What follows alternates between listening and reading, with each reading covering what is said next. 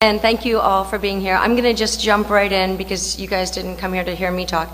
Shmuley, is there an afterlife? We all believe in an afterlife.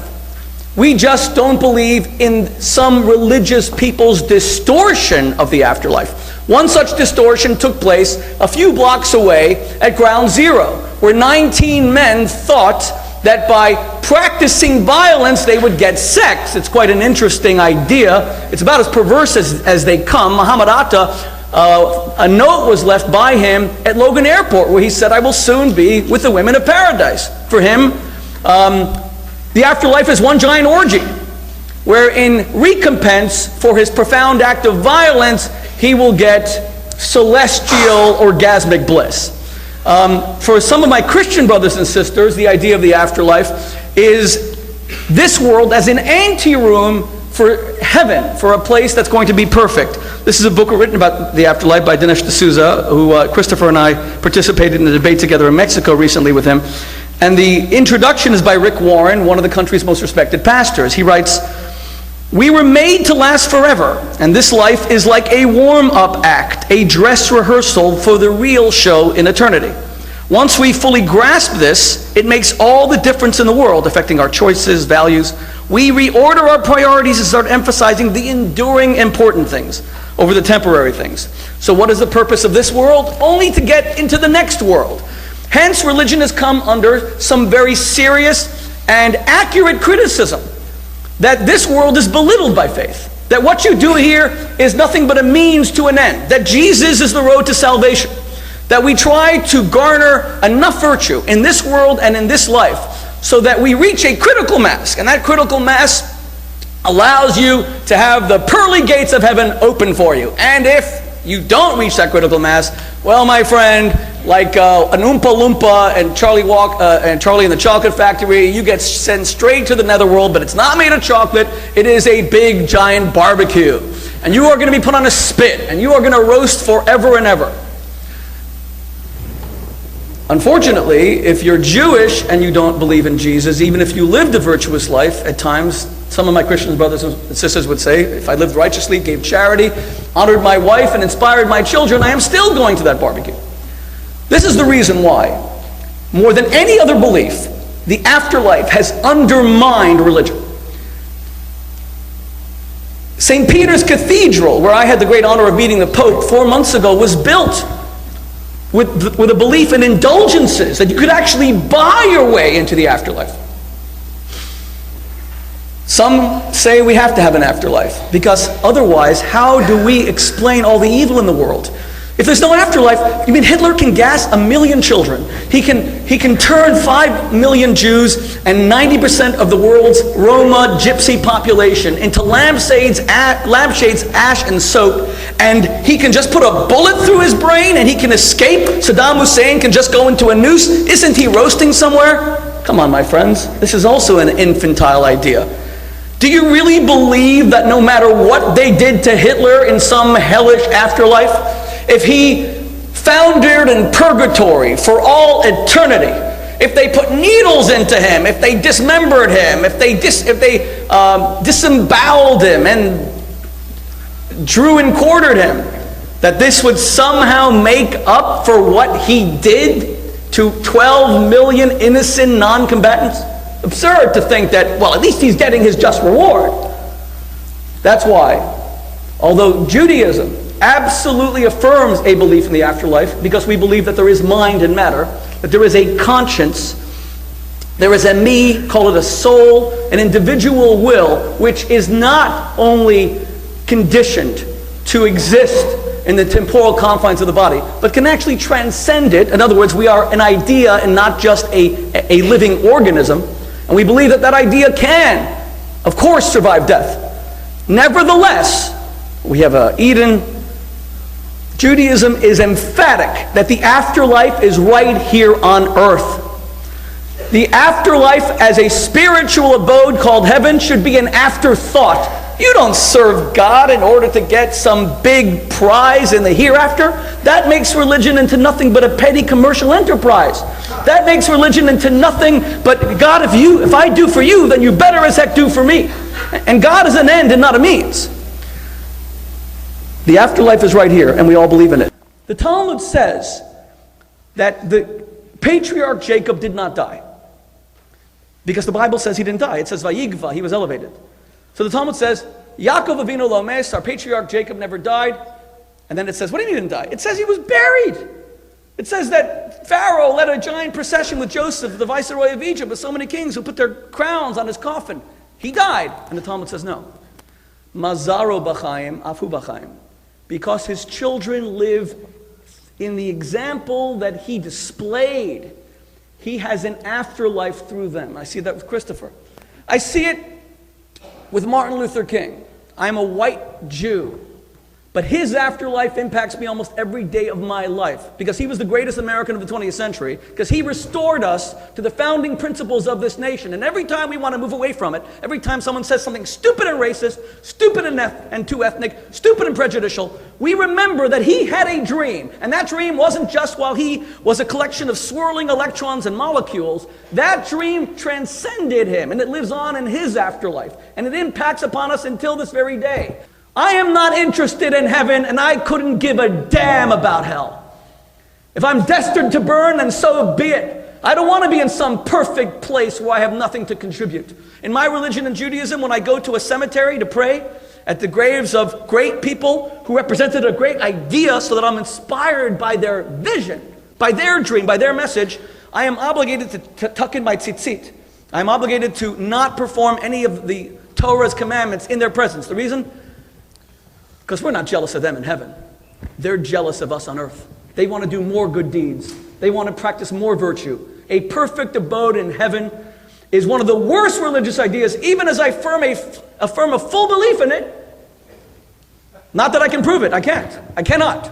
It's a sheer matter of faith. I reject all the silly arguments that are often offered in the name of religion. Near-death experiences, bright lights hovering above your hospital bed. I even saw this cartoon that said, it showed these surgeons who were operating on someone, and on top there was a giant sign that said, if you can read this, you are dead.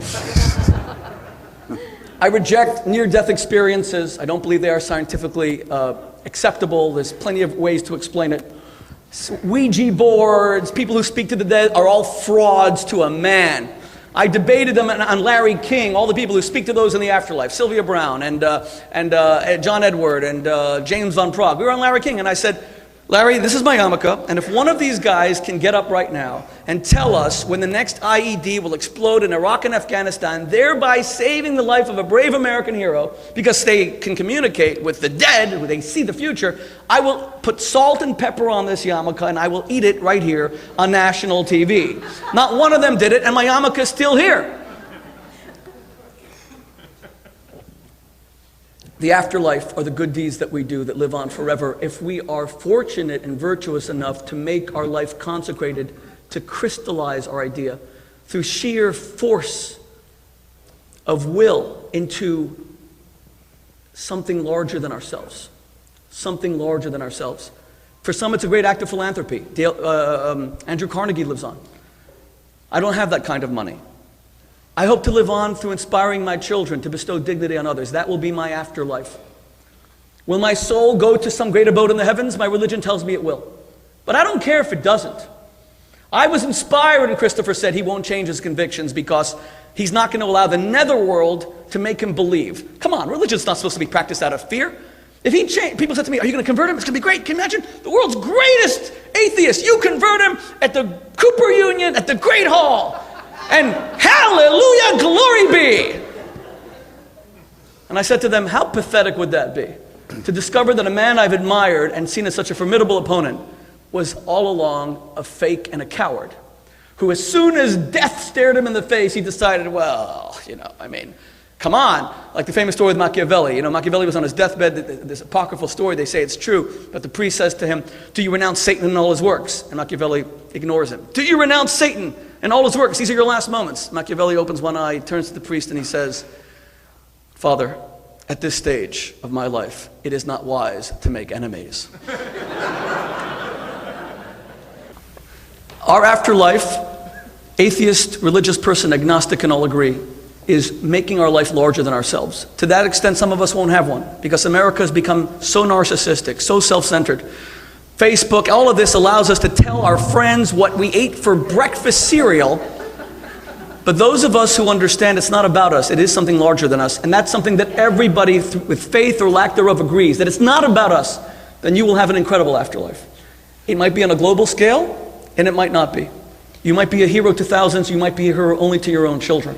But that's how we live on, by living for a cause larger than ourselves, to which we dedicate ourselves, and which survives us. If we embraced this idea of an afterlife, it wouldn't have to be an afterthought, and would actually inspire people to see that religion is not born out of weakness, and religion is not born out of a hope that we have some sort of immortality because we can't face death, but religion is born out of a genuine desire to make our lives into a blessing for others. Thank you. Thank you.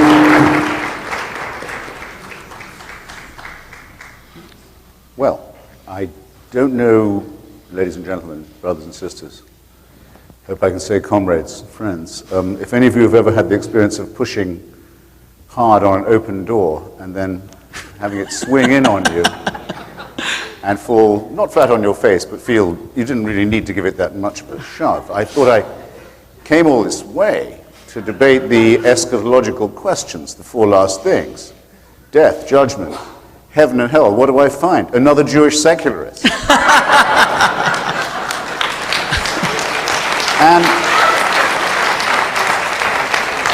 And another Jewish secularist in the incredibly target-rich environment of Cooper Union on the Lower East Side of New York. For this, I had to get on the shuttle. I take it, I will not take it as was once said of the tribute of virtue to vice, the compliment, the vice pays to virtue, the ideal of hypocrisy in the first place. I take it as the incremental effort of a lot of steady work that some of us have been putting in to dispel illusions in the supernatural. And in a private belief that I've held for a long time, which is that very many of the practitioners of these faiths don't believe it either.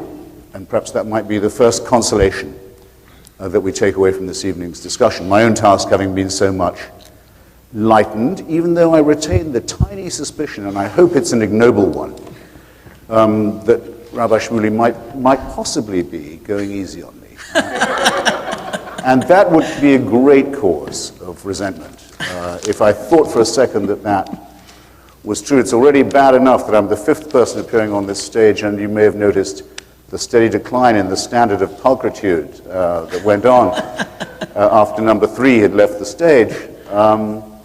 So I'm left to restate what I still want to say, and have to begin with a disagreement.